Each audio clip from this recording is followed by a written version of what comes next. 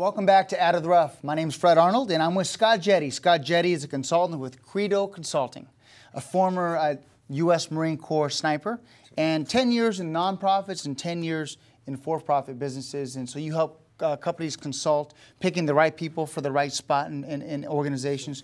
I want to talk to you in this segment about 14 traits that you learned in the U.S. Marine Corps. That's right. As a young Marine. Yeah. That really changed your life, and you incorporate those into business. Let's talk about judgment. Sure. Judgment is an interesting one because many people will make the argument that judgment can't be taught. And if you've ever led anybody, one of the scariest things is allowing them to use their own judgment or to apply their own judgment, because you don't know if they have any. And they might make a terrible mistake, and then you're responsible for it. But judgment cannot so much be taught as it can be defined. If you can help them understand with clarity what it is you're trying to accomplish, and if you can help indoctrinate them into the way you'd want to see it done, so they're not just accomplishing your goals, but they're doing it the way you would want to see it done, they're going to start expressing the same kind of judgment you would if you were in that situation. One of the things you have to do as a leader is trust others to make a decision. And that's put some parameters around it. Absolutely. Yeah, put some parameters. People are going to make mistakes. Yeah. Justice. Yeah, justice is a big one and often overlooked. You remember the Rodney King riots, where they shouting the whole time, no justice, no peace. If you have an organization where there's a lack of justice, or even worse, a lack of perceived justice, there's not going to be peace in that organization, because there's not going to be peace in the people. And it's difficult because as a leader, you have to guard against an actual injustice, such as promoting someone who really doesn't deserve it over someone who does. But you've also got to guard against a perceived injustice. Maybe what you're doing is perfectly fine, but you're not realizing that somebody else sees it as unfair. Yeah. And it will have the same effect on them as if it actually was unfair. Right. So you've got to create an environment where people can trust in your decisions that they will be just, or you're not going to have peace in the employees, you're not going to have peace in the company. Well, within justice, you talk about making a decision, decisiveness. Yes, decisiveness. Making an educated decision and moving on. Sure, sure. The inability to make a decision is difficult to follow.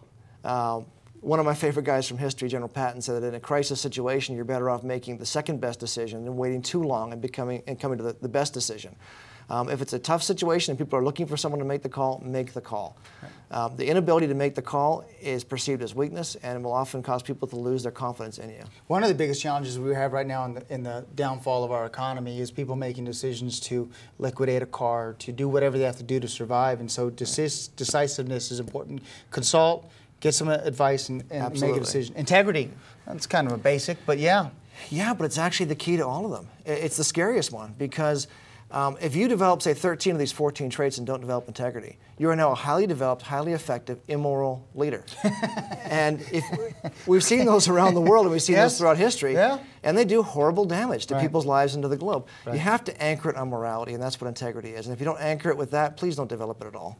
One of the best things I got as a young man was an award called it was being Mr. Dependable. You know, I got it in like in 4th grade, right? Yeah. And I'd always stuck with it. If I wasn't dependable and I slacked off on something, it bothered me from that one award I got in 4th grade. Oh, that's great. Dependability. That's great. Yeah, dependability is fun because it's not necessarily, I love the fact that you mentioned that you respected that as a kid, because dependability isn't often respected in the young. It's not something you want to hear about your first car. You're not looking for dependable, you're looking for sexy. Yeah. You don't want to hear your blind date described as dependable. That's not going to make you want to show up. But the reality is, the older you get, the more you realize that something that is not dependable is absolutely useless. But I want my business consultant to be dependable. Absolutely. I want my mortgage advisor to be dependable. Because you figured it out. No matter how good they are at everything else, if you can't depend on them, there's no value. Yeah, I like it. I like it. Tact. Being respectful and tactful. Yeah, tact. Is tact what I'm thinking of, is being respectful and the tact, the way you handle things? It's exactly that. It's how you present something. When you communicate something, you're communicating two things. You're communicating the information, and then you're communicating the intent. Mm-hmm. And tact is the intent. If all you communicate is the information, it's go over there, do that. Mm-hmm. People may do it because they have to. They're not going to do it because they want to. You know, there's so many simple ways to give tough news.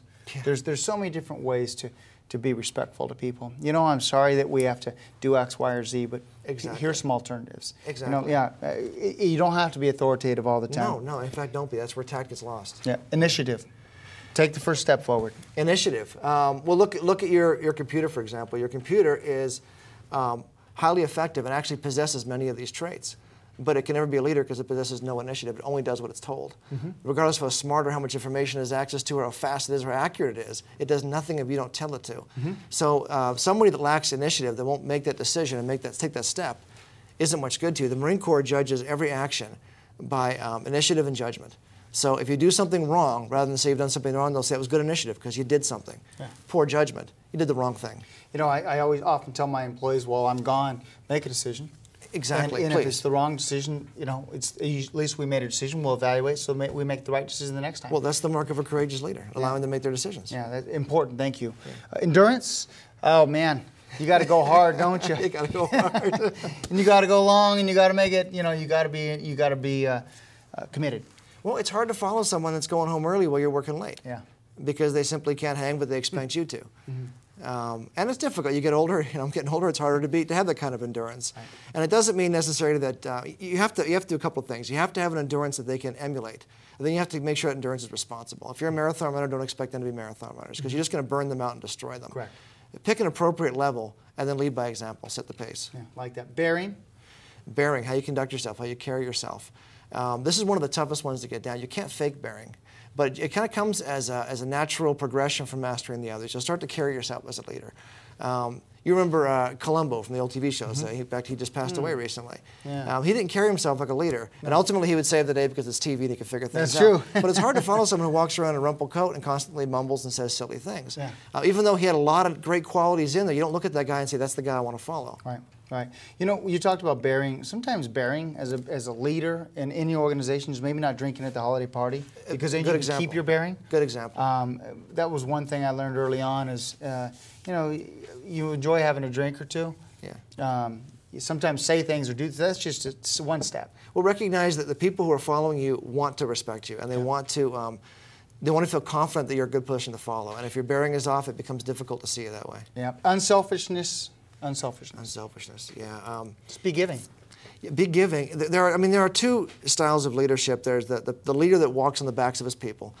Basically, they're there to help me get my job done, and that's all I see them as. And then there's the person who would die for his people. Mm-hmm. And both are effective, really. But which one do you want to be, and which one do you want to work for, is the question. And you talked about loyalty and courage. Loyalty. You're not going to get loyalty from your people if you yourself are not loyal. Loyal to them, and loyal to the people above you. If you're mid-level management and you're constantly saying disloyal things about the people above you, don't think the people below you are going to respect you for that. They're going to think that's okay, and eventually they're going to lose their loyalty to you. And loyal to the job, and courage. Have courage. And courage. Yeah. Because as you mentioned earlier, giving your people the freedom to grow. And remember, leading isn't just you becoming a leader, but it's you actually helping your people be all they can be as well. Yeah. And to do that, you're going to have the courage to let them make mistakes. And then, as the leader, you got to take the hit for that. You can't turn around and say, "Oh, my people messed up." Right. Yeah, my department messed up, and that's my responsibility. Inside, you're thinking that was. The buck stops with. It always stops with you, and that takes courage. Right. Knowledge, which is a given, I think we always need to seek knowledge. But I want to mention this last one. We only have about 30 seconds. Enthusiasm. Enthusiasm will get you a long way in life. It'll get you a long way, and it has to be genuine enthusiasm. The cheerleader, you know, who's just cheerleading for the sake of being enthusiastic, people aren't. They're going to see through that. Mm-hmm. But if you can get genuinely enthusiastic about the mission or the task, it becomes infectious, and you get a higher morale, and people buy it. And I love being the thought of being a cheerleader and really loving what you do. Yeah, that's what you got to do. You got to love what you do. Yeah, I love it. 14 traits that you can pick up to be a better leader. You learned in the U.S. Marine Corps. I did. Thank you very much. Scott, thanks for coming on the show. Thank you. Scott Jetty, Credo Consultant. Well, I hope you enjoyed this edition of Out of the Rough. If you'd like to watch this edition online, go to scvtv.com. You can also access other shows. If you'd like to reach out to myself, you can email me, fred@fredarnold.com. I'll be happy to address any issues or get any special guests you'd like to see on the show in the future. I hope this information helps get you out of the rough. Have a great day. Thank you.